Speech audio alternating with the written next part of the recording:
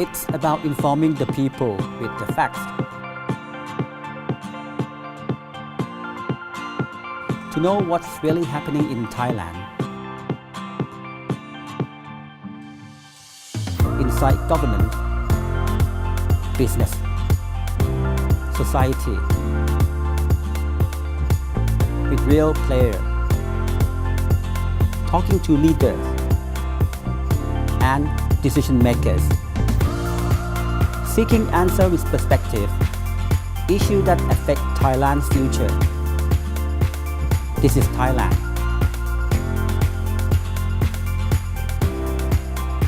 This is the Insider Thailand.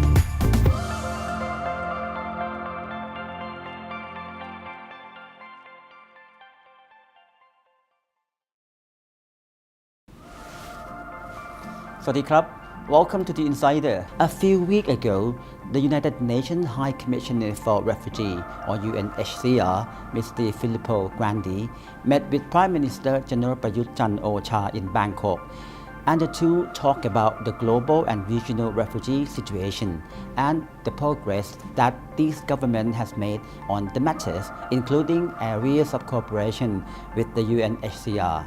The UNHCR began its operation in Thailand in 1975 at the invitation of the Thai government to cope with large influx of the refugees from neighboring countries in the region. Since then, it has worked in close collaboration with the Thai government and other relevant NGOs to advocate for refugee their resettlement to third countries and to reduce the issue of statelessness. To look deeper into Thailand's cooperation with the United Nations High Commission for Refugee, we are honored to have Ms. Ruvendrini Menik-Devela, the UNHCR regional representative in Thailand, with us today.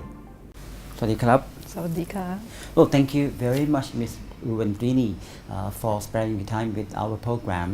So my first question would be, what is the regional refugee or displaced person situation so far? Well, in the region, particularly in Thailand, I think it's the situation of the Karen refugees on the Thai-Myanmar border. We have about 100,000 of them living there. Some of them have been there for 30 years or even more. And what is good right now and encouraging is that there are very strong possibilities for them to be able to go back home voluntarily. But in the region as a whole, I think the biggest refugee situation is the Rohingya one, which, as you know, is not just limited to Thailand, but also in countries like Malaysia. We have dealing with this situation for more than 3 decades. You know, it seems to me that we cannot tackle the problem. It's not as complicated in the sense that these people are fleeing persecution or conflict in their countries of origin. What is complicated is sometimes when they leave their countries of origin that they do fall victim to traffickers, human traffickers or people smugglers who do exploit their situation to try and make money. And as you know, this was very much the case for the Rohingya population in the south. So, and this is certainly something that we are all concerned by, not just UNHCR, but the entire international community. But as you said, Thailand has played host to refugees since the 1970s. And over the years, it's had hosted almost over 1 million refugees at this point. You know, Cambodians, Lao, Vietnamese, and now the Myanmarese. Thailand is the transit country. We cannot do anything much, but try to provide the humanitarian assistance to those people. What about the country of origin? How do you deal with them? How do you tackle the problem at the country of origin? Absolutely, and the country of origin does play a critical role because, as you said, that's the source of the problem. And we work with them to address root causes, the causes that make people leave their country. And I think in Myanmar it's been very encouraging, as I said, because as you know, there has been a change in government. Conditions in southeast Myanmar are improving even as we speak. And the chances for the refugees who've been living for 30 years in temporary shelters in Thailand, the chances for them to go back to Myanmar at this point are extremely positive. We already returned one group of refugees last year under the auspices of both the Thai and the Myanmar governments, a group of 71 refugees who went back. And we have a second group that's now being processed for return as well by the two governments. So it's really looking up, and I think that's really something very, very encouraging. Well, from 30 years ago, has the root cause of the problem been changed? Certainly for the Myanmar refugees, it has, for the Southeast, for those coming from Southeast Myanmar. As you know, with the National Ceasefire Agreement, with the discussions going on between the various ethnic groups and the central government in Naypyidaw, I think the chances for the refugees to return to Kayin State, to Kaya State, and to Mon State have really improved. It's possibly not as positive in northern Rakhine State for the Rohingya. As you know, the situation there remains of concern. Well, Thailand has played a vital role on looking after or providing humanitarian assistance to the less fortunate people for quite some time already. What is your comment on that? I think Thailand has been incredible. It certainly has hosted refugees with tremendous compassion and generosity. Not just the 100,000 that they're hosting now, but as I said, over 1 million in the last few decades. And we also have, what is really encouraging is that the Thai public, despite the fact that they have hosted refugees for so long, that there's a tremendous amount of compassion for refugees out there. And the government has certainly been extremely constructive in its work with us in assisting refugees. But just recently, the United Nations High Commissioner on Refugee, Mr. Gandhi, came to Thailand and he met with the Prime Minister. What was the outcome of the meeting? It was a very positive one. The High Commissioner was extremely pleased with the outcome. In fact, we started the meeting between the High Commissioner and the Prime Minister with the High Commissioner noting the fact that Thailand was the only ASEAN country that was invited to President Obama's Refugee Leadership Summit last year, and also the UN Refugee Summit. And during that summit, the Prime Minister made several commitments, and which are being implemented now. So certainly he committed to establishing a screening mechanism to distinguish between people who need protection and people who do not. And we understand that that is work that is underway right now under the auspices of the Immigration Bureau. He also spoke about education for all. And as you know, refugee children, regardless of their status here, have access to Thai schools and Thai curricula, so that's incredibly encouraging. Does he expect the Thai government to provide additional support to UNHCR? He has. During the meeting, what he wanted Thailand to very much to play a big role in is the Global Refugee Compact, which is the UN compact that's being drafted right now, even as we speak, which came out of the Refugee Summit last year. And he does want Thailand to show the world, by example, its experience as a host country hosting refugees. But we have shown this for 30 years already. What about the other country, like the destination? Have you managed to deal with them? Or to Absolutely. Absolutely, and I think this is exactly what the High Commissioner would like Thailand to show. It's that even after 40 or 50 years of hosting refugees, that the hospitality is still here, that Thailand is still willing to accept refugees temporarily on the Thai soil while waiting for a durable solution for their problems. And as you can see in Europe and in certain other destination countries, the refugee protection is being severely and negatively impacted. And I think what the High Commissioner wants is for Thailand to show, look, we have hosted millions of refugees and we are still generous. And it's really a lesson to the rest of the world as well. Well, we have managed to send the first batch of the displaced person back to their home country. I think 71 person, right? We are in the process of sending or asking to send them back more. What needs to be done in order to accelerate the process? Because so far, I think it is quite slow. We accommodate them for quite some time, for ages, but we just managed to send them 71 and perhaps the second batch would be coming soon. What factor that you need that can help to accelerate the process? I think with the High Commissioner, before coming to Thailand, had also been to Myanmar, where he met with the State Councillor Dawn San Suu Kyi, and he raised this issue with her as well, the issue of the repatriation, the voluntary repatriation of Myanmar refugees from Thailand back to Myanmar. And she said exactly what we hope she would say, which is that all the refugees are welcome back. that they are citizens of Myanmar and therefore they should be able to come back and reintegrate in Myanmar without a problem. I think the issue is not so much an issue of conflict or persecution, but it's more an issue of economic development right now. And this is what UNHCR is also encouraging investors, multilateral institutions like the World Bank, to go and invest in Southeast Myanmar, to build the roads, the schools, the hospitals, livelihood opportunities for the refugees when they go back. Because I think the thing that is preventing refugees from returning, it's really that. It's for them, when we ask them, would you like to go back home, they all say yes. But they say, look, I need a school for my children, I need to be able to find work when I go back, I need to know that there is a clinic that will look after me when I fall ill. So these things are still lacking in certain parts of Southeast Myanmar, and that's what we would really like to see developed. So do all those organizations support UNHCR well? They do, and I think we are not a development agency, as you know, we are a humanitarian agency. So all we can do is to be a catalyst to encourage other agencies and institutions to come, including donor governments, to come invest in Southeast Myanmar, and that is what we are doing.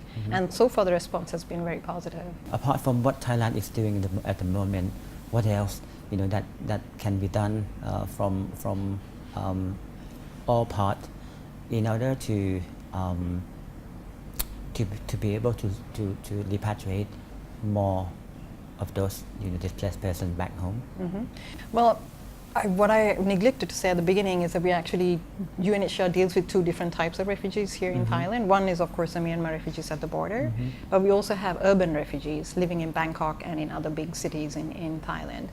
And these people, around 7,000 in total, asylum seekers and refugees, and they are from about 50 different nationalities. Now, many of them have also expressed a desire to return back to their countries, Pakistan, Sri Lanka, etc. So we are also trying to facilitate their return to their countries of origin as much as the return of the Myanmarese refugees to Myanmar as well. And what we would like to see, as I said, really in most of these countries is essentially for these people to be able to go back in safety and dignity. And our officers in those countries, because we do have representations in all of these countries, are working with the governments of origin as well to be able to make the situation more conducive to these people being able to return. You mentioned about Rohingya. How serious is that situation? Okay, as you know, the High Commission, as I said, did go to Myanmar before coming to Thailand, and the principal objective of his mission to Myanmar was really to look at the situation of the Rohingya in northern Rakhine State, but also their situation in other countries like in Bangladesh. And he had discussions at the highest levels with the Prime Minister of Bangladesh as well as with the State Council in Myanmar on this issue. And what we hope is eventually for the Rohingya to be able to go back and get the full rights as citizens of Myanmar. Those who are still living in the shelter, along the Thai border, how do you see that situation? I think for the vast majority, they want to go back home. And as I said, the one thing that's possibly preventing them from going back home is the livelihoods, it's the conditions, the living conditions in Southeast Myanmar. Because as you know, we have resettled in third countries, like the US, Canada, and Australia. We have resettled about 100,000 of these Myanmar refugees since 2005. But as you also know, now those resettlement opportunities are decreasing very dramatically. One, because as I'm sure you know, the United States has reduced the number of refugees that it takes on resettlement, but also because the priority is now given to other refugee situations like the Syrians in the Middle East or the South Sudanese refugees in Africa. So the priority is not so much for refugees in Asia, it's much more for other regions where the situations are much more compelling. So voluntary repatriation is really the solution for the majority of the Myanmar refugees in Thailand. So therefore, if we look at the global picture of the refugee, around the world, you are saying that the refugee or displaced person living at a shelter along the Thai border aren't given the priority. They have to stay in that shelter, in that camp or go home. or go home. But it will take time. It will take time. And I think what was very encouraging in the High Commissioner's meetings with the Prime Minister, with the Secretary General of the National Security Council, with the Minister of the Interior, was the same position that he heard from all of these very senior government people, which was essentially that the return to Myanmar should take place in conditions of voluntariness, dignity and safety, and that the return should be sustainable. And they were all unanimous in saying, if it takes time, then it takes time, that Thailand will not force these people to go back in any way. And for us, we are extremely happy to hear that, because we do realize that sometimes these returns can be slow. We would like to see it happening much more quickly, of course, and we will certainly do our best to make sure that the conditions on the other side are conducive to a much quicker return of these refugees. So do you foresee any problem, in the long term? In fact, it's been long term already, but what about the longer term For these refugees? for these refugees? I think basically because the conditions continue to improve, particularly in Kayin state, which is where the majority of these refugees are from, I would anticipate that the return would take place fairly quickly. What about those stateless persons? How can we cope up with that situation? Well, fortunately for Thailand, the stateless persons, which is, I assume you're talking about the Rohingya, there are very, very few here. We have only about 137 Rohingya in total who are of concern to UNHCR. And for many of them, a lot have been resettled in the United States. And as I said, some of them have been determined to be victims of trafficking. So they're living temporarily in shelters and working as well. So that's less of a problem, I think, certainly compared to other countries in the region for Thailand. So in this region, Asia Pacific or Southeast Asia, apart from Thailand and neighboring country, where else that face the situation or confront the situation like this? Well, I think because UNHCR's geographical divisions are a bit different. For us, Asia also includes Afghanistan, Pakistan, Iran. So as you know, there's a massive refugee problem from Afghanistan in Pakistan and Iran. So for us, as far as Asia is concerned, that would possibly be the biggest refugee issue.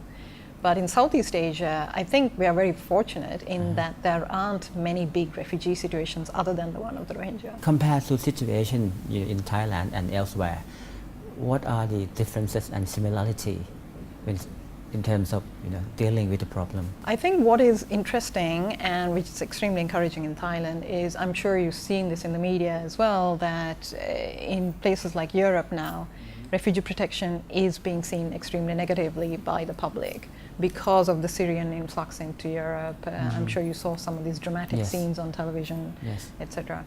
And what is encouraging is at a time when there's massive human displacement, 65 million people displaced in the world today, which is the biggest global human displacement since the Second World War.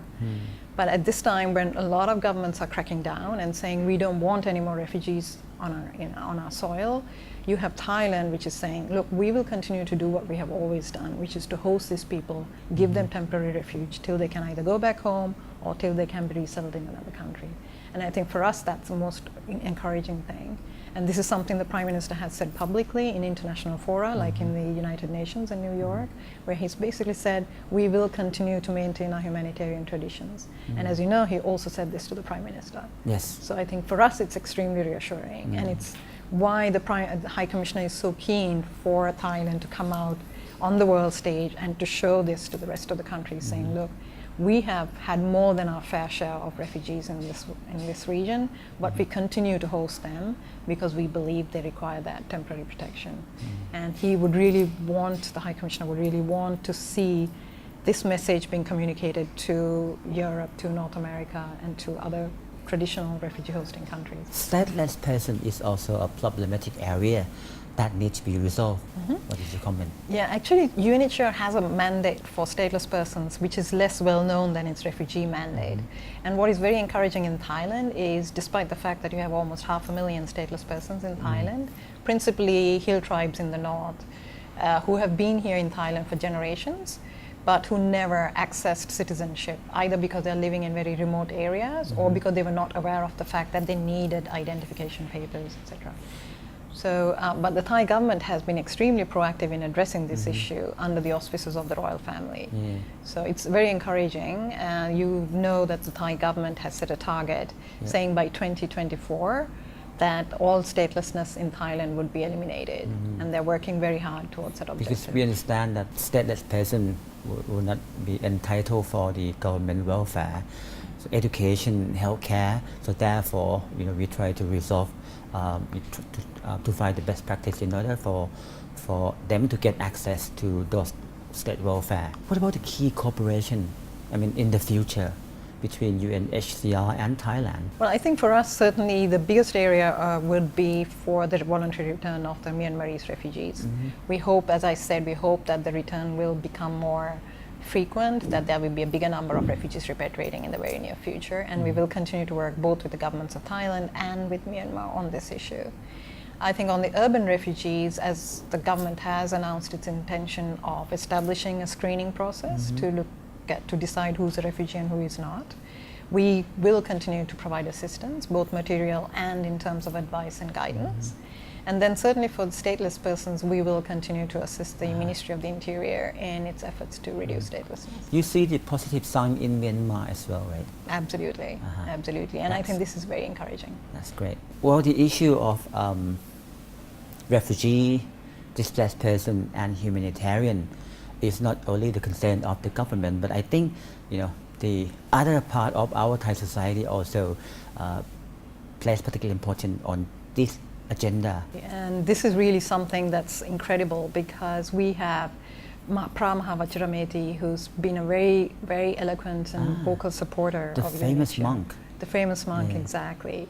And just 2 weeks ago, he had this conference in his center in Chiang Rai, where almost 500 people attended. It was called Buddhism and Humanitarianism, some 500 participants from 13 countries, and this was held under his auspices. And then on a totally different note, we also have Priya Lundberg, who is our National Goodwill Ambassador. She's been amazing. She has met with the refugees, she's gone to the different shelters on the Thai-Myanmar border, and she's really helped to sensitize. She's known by Pu Praya. Pu Praya, exactly. She's been amazing. She's visited the camps at the border. She's also gone to Jordan and visited the Syrian refugee camps there, and she has been a very, very eloquent advocate for refugee issues and really helped to create awareness of refugee issues here in Thailand. So they've been incredible. But you were also talking about the private sector, and I have to say, UNHCR started its private sector fundraising service here in Thailand in 2008. Yes. And since then we have raised over 28 million US dollars from businesses and from individuals in Thailand who give money for refugee causes, not just in Thailand but globally. So that's incredible. There's a huge well of compassion out there, and I think the Thais have been wonderful in contributing. Well, thank you very much for updating the refugee and displaced person in the region and in Thailand. Of course, we hope that the close cooperation like this between Thailand, the Thai government, and UNHCR would be able to help a large number of the refugee or displaced person.